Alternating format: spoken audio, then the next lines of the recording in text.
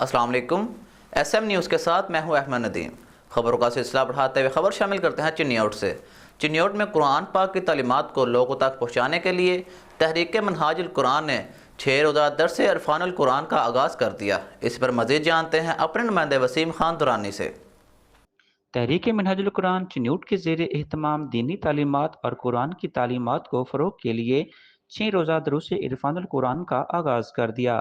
6 روزہ درس عرفان القرآن کی پہلی نشست جامع مسجد غوثیہ محلہ غفورہ آباد میں منعقد ہوئی، جس میں تحریک منہاج القرآن چنیوٹ کے ناظم محمد اشفاق قادری، علامہ ظہور احمد مکی، ملک ناصر ندیم، ملک ظفر سلطانی، ملک طاہر اور دیگر شہریوں کی کثیر تعداد نے شرکت کی۔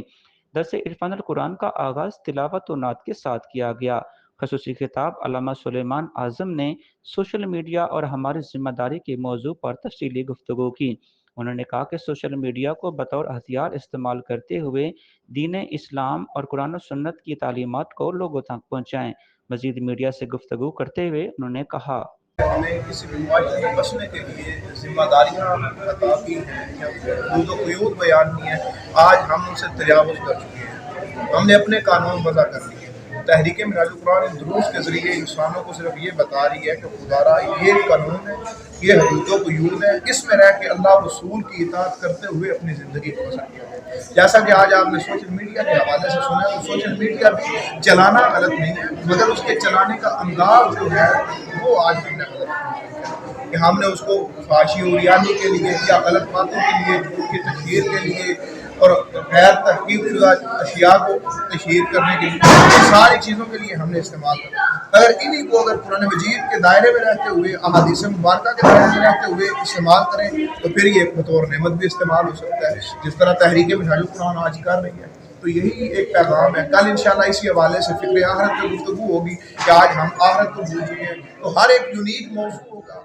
میں سب سے پہلے حضور شیخ الاسلام سیدی پروفیسر ڈاکٹر محمد طاہر القادری صاحب کی تجدیدی خدمات کو سراہتا ہوں کہ جنہوں نے اپنی ایک ایسی ٹیم تیار کر دی کہ جو قرآن کے پیغام کو پورے ملک میں پھیلا رہی ہے، اور اس سال بھی پچھلے سال کی طرح 63 شہروں میں 5 روزہ اور اس کے علاوہ 3 روزہ دروس عرفان القرآن کا انعقاد ہو رہا ہے، اور عوام کے لیے شابش ہے کہ وہ اس وقت جب لوگ سوئے ہوتے ہیں وہ اپنی نیند قربان کر کے مسجدیں بھر رہے ہیں اور قرآن کے نور کو قبول کر رہے ہیں۔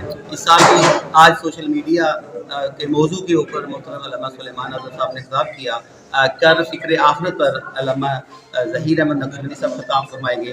تیسرے دن علامہ فیاض بشیر صاحب سیرت رسول اور عصر حاضر پر خطاب فرمائیں گے۔ چوتھے دن علامہ قمر جاوید صاحب جو خدمت دین اور ہماری ذمہ داریاں کی اہمیت ہے اس پر خطاب کریں گے، اور آخری دن علامہ محمود مسعود صاحب اولاد کے حقوق پر خطاب فرمائیں گے، اور سب سے بڑھ کر آخری دن یعنی کہ چھٹے روز حضور شیخ الاسلام ڈاکٹر محمد طاہر القادری صاحب خصوصی درس قرآن آن لائن ان کا ہوگا۔ اور میں آپ کی توسط سے اپنے سامعین سے گزارش کرتا ہوں کہ زیادہ سے زیادہ تشریف لائیں اور ساتھ حال میں خواتین کو بھی بھیجیں، تاکہ اگر خواتین کو دین کی تعلیم مل جائے تو پورا گھر جنت کا نمونہ بن جائے گا۔